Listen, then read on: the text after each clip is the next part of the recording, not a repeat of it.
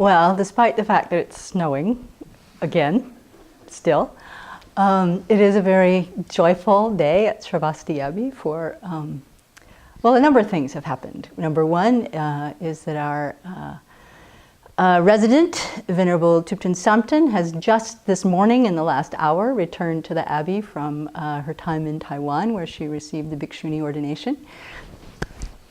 Oops. Congratulations and welcome. And this brings our our fully ordained monastic Sangha to 6 at Sravasti Abbey.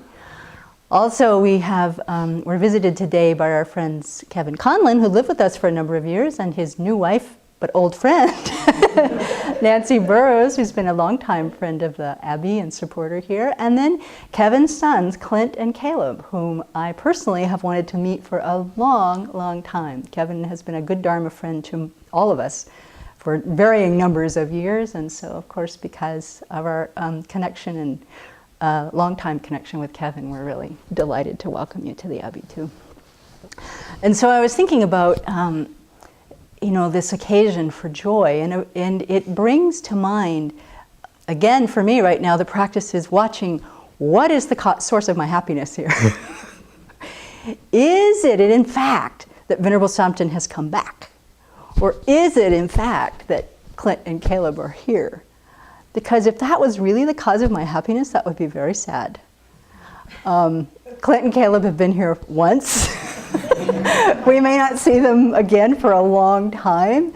So if they were really the cause of my happiness, then I'm going to have some dark days.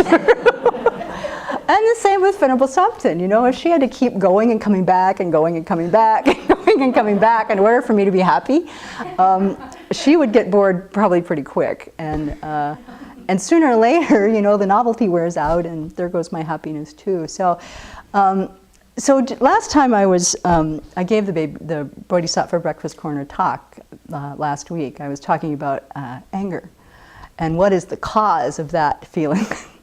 And so I thought today it's good to review it, because here we have exactly in the same way, exactly the same sort of situation that happened, right?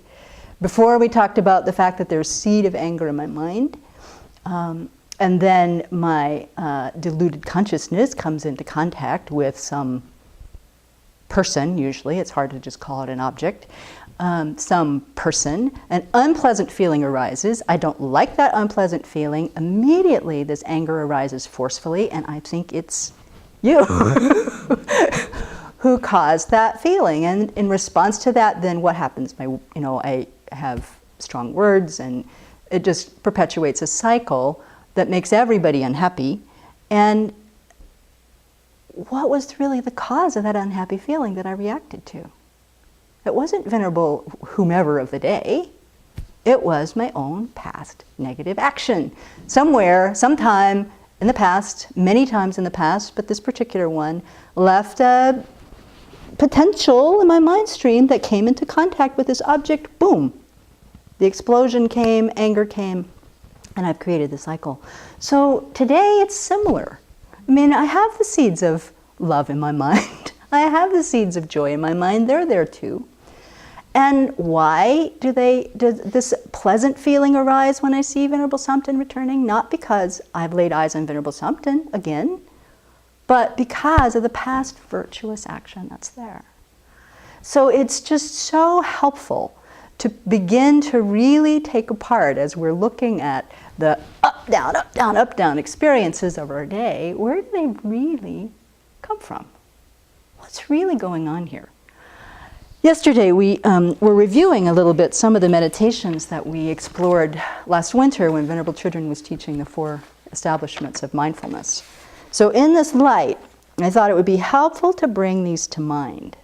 Because why? If I'm grasping at that person as my enemy, then anger is arising. I respond by wanting to get away from the negative feeling. I want to bash the person one way or another in order to eliminate, to be freed from that painful feeling.